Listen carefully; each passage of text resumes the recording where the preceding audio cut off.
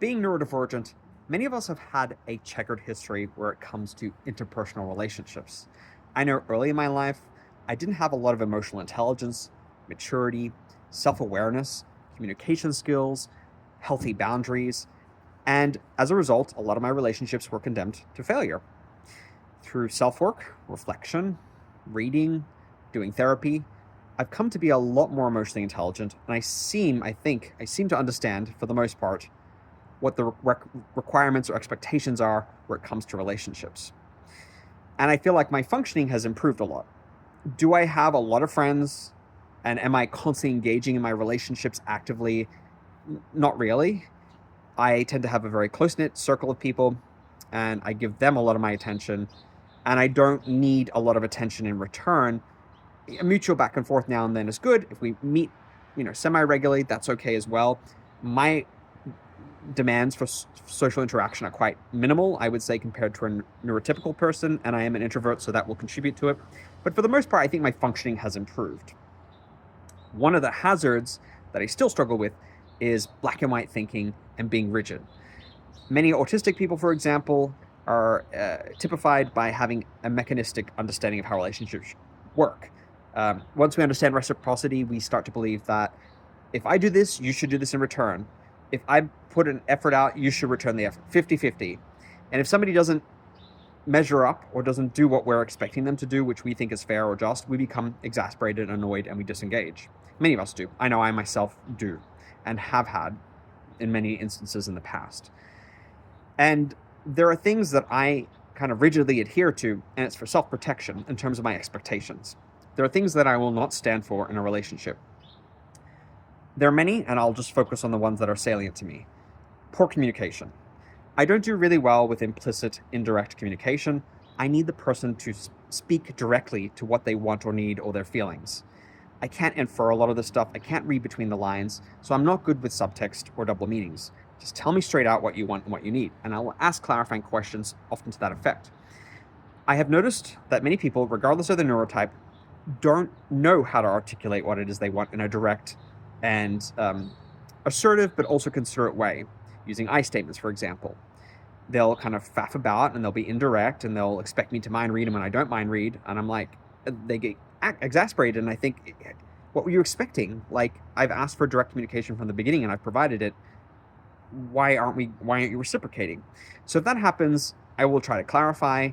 I'll try to encourage them and to do the direct communication. If it continues happening, I disengage, because I'm like, this is how I operate, and I think direct assertive communication is healthy. Don't expect me to read between the lines and to mind read what it is that you want or what you feel. I will try my best to read the signs. I will sometimes miss things as a neurodivergent because I'm not the greatest at picking up emotions or feelings or subtext. The other thing is healthy boundaries.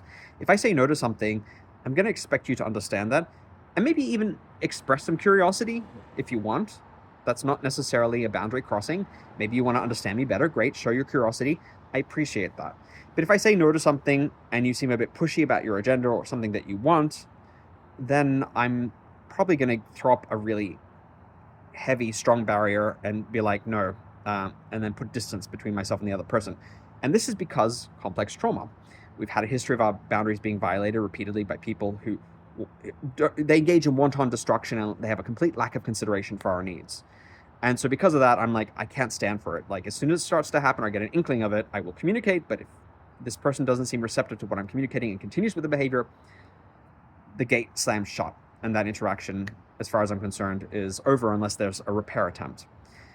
Reciprocating where it comes to empathy is another thing. If the person doesn't hold the space for me and my feelings, doesn't reflect or validate, I just disengage, because I think I'm doing it for you. I do my best. I might not always get it right, but I try. If I come to you in a moment of need and you shut me down repeatedly, and you show that you don't have the emotional maturity to hold what I'm sharing, as long as I'm not oversharing, of course, with a reasonable thing that you would expect to share with a friend, then I just go, I'm stepping back and I can't engage anymore. Because if you can't reciprocate the empathy and compassion that I've shared with you, why the heck would I stick around and deal with that? Now, these are just some of many, as I mentioned, of things that I get rigid about in my expectations of relationships. And it's a large part because I want emotional intelligence from the other person, and I want them to consider my needs and I don't want to be in harm's way. I want to protect myself. And yes, complex trauma does kind of cause me to lean towards overprotectiveness and wariness and guardedness and sometimes knee-jerk reactivity in terms of protecting myself and shutting the gate. But I do think for the most part, I reflect and I communicate a lot better than I used to. I feel a little bit like I could be a bit more flexible, but my experiences tell me not to because it's going to end in hurt and pain, as it often has in relationships in the past, for a variety of reasons, one of which is the double empathy problem, where neurotypicals assume that their way of being, thinking, communicating is normal and mine isn't, because I'm neurodivergent and I should conform and I should understand them and I should empathize with them and I should do things the way they expect them to with no consideration for how I operate, and then expect me to apologize without recognizing how I've done something wrong to them or miscommunicated or there's been a misunderstanding, and I have to do all the repair work and all the emotional labor, and it feels unfair. So I become highly protective as a result of that. Do you struggle with similar things in relationships? Do you keep people at arm's length? Do you have a kind of a knee-jerk reaction to when people don't meet certain expectations about how you think relationships should go? And have you just kept a distance to preserve yourself? What are your defensive mechanisms?